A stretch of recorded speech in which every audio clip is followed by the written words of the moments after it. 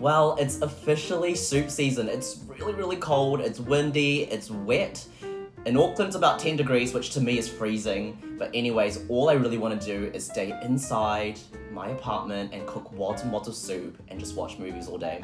And so the best soup that I think I can make is a Cantonese borscht soup. And you might be thinking, borscht?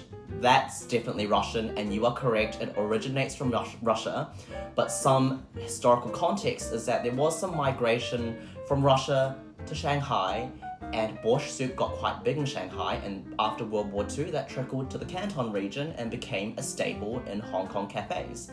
And so my lovely mother made this recipe for me in the winter, and it was one of my favorites, and I would like to show you her secrets as to how to make a good Cantonese borscht. So let's get cracking and let's look at the ingredients. So starting with the root vegetables, we've got beetroot, so 2 beetroots I'll be using. You've also got 2 onions. I like to use red onions, but I've used white onions and they work fine, along with 2 potatoes as well. So this is gonna be a one pot wonder. It's gonna be super, super filling. So those are kind of the root veggies. Tomatoes as well, I like to use 3 because I like extra tomatoes in my soup.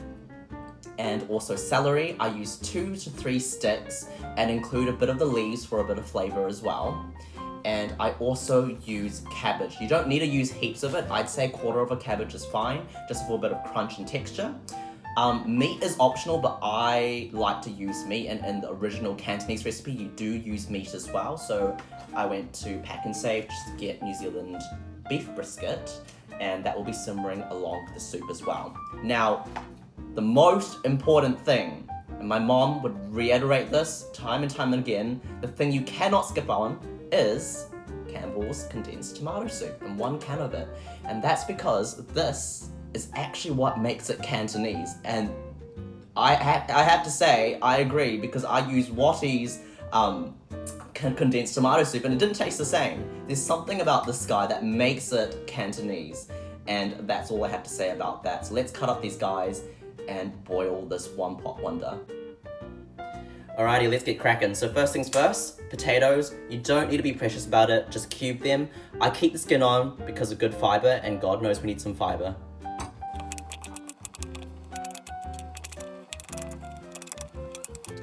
I was originally thinking of doing every single veggie like showing, but I just realized it's a bit redundant. But long story short, just cube everything, make everything kind of small so that it boils well. And yeah. Cube everything except the cabbage, we're gonna add that last, otherwise it'll turn soggy. Sorry, my bad, huh? Well, all the chopping is done, and before you come for me, I know my knife skills are terrible, okay? You don't need to tell me that. Have I almost cut myself 90 times and sent myself to A&E? Yes. Will I improve on it? At some point, but not today because I'm lazy and hungry. So, look how pretty that looks. Just look at all that fabulous color. And so this guy is gonna go on the stove, but before we do that, we just need to fill it up with some cold water. And so that way we put it on our stovetop and we put it to boil. And then from then, once it's at a boil, you set it to medium to low heat and simmer for 3 hours. So it's a labor of love, yes, but let me tell you, it's worth it, okay? And then we also put a tomato soup, so let's do that now. Okay, let's go. And you want to just submerge everything and leave enough room for the tomato soup. But make sure that you don't over pour the water or pour too much water, because things are going to boil over and it's going to be really freaking messy. Okay, so everything is coming to a boil, which is fantastic. I don't know if you just saw that, but it's really, really Krakatoa in there right now. There's a lot of red liquid spitting out of this crock pot here. But I'm going to add some more red liquid, which is our Campbell's condensed tomato soup. So let's go and do that. Love that sound. And we're just gonna pour the whole entire can in. Alright, here we go. Just like that. And there's some excess there, so I'll probably swish some water in there after this and pour the rest in. And after that, it's into medium-low heat. And then you're just gonna wait another 3 hours. So watch a movie. Make sure you keep an eye on it. Don't go outside because that's, pretty dangerous, but just give it a bit of time. And and then you'll have a beautiful soup ready for you to eat. So, I'll see you in 3 hours. Okay, well, it has been almost 3 hours now, and the soup has thickened quite a lot. Now, I'll show you what it looks like. Now, if we look at the texture, it's gotten quite a bit thicker, and also the meat is tender to the touch.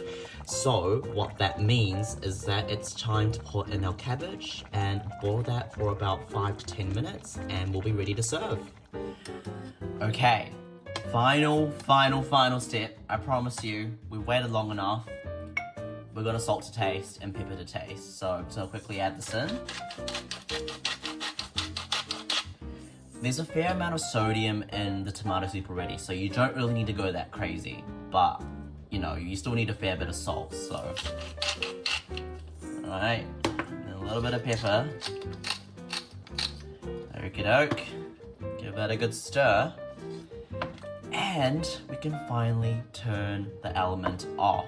Now, I did say 3 hours, and yes, it's optimal to cook it for 3 hours. However, you can get away with 2 hours, and that's absolutely fine. It's just more so depending on what cut of meat that you put in. With beef brisket, it takes a bit longer to make it at a good, soft texture, but 2 hours is fine. You know, I had some time to waste today, but obviously 3 hours is quite excessive and not everyone has that time.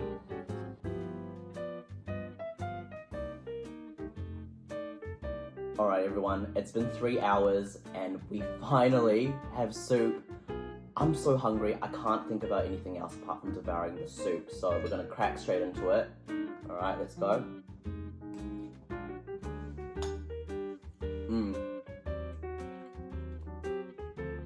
So good. It's such a fun soup to make because you're chopping up heaps of stuff. Not super fun to wait 3 hours, but once again, you don't have to do 3 hours if you don't want to. 2 hours is fine, but it's so lovely because you really don't need anything else apart from the soup for a meal.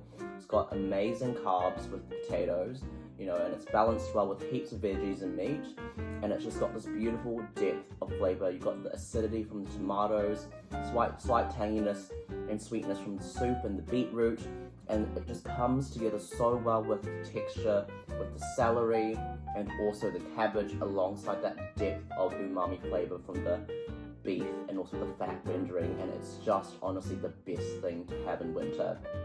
That's it from me because I'm so hungry. I'm just gonna eat this and go to bed, but thank you for staying tuned, and I'll see you next time.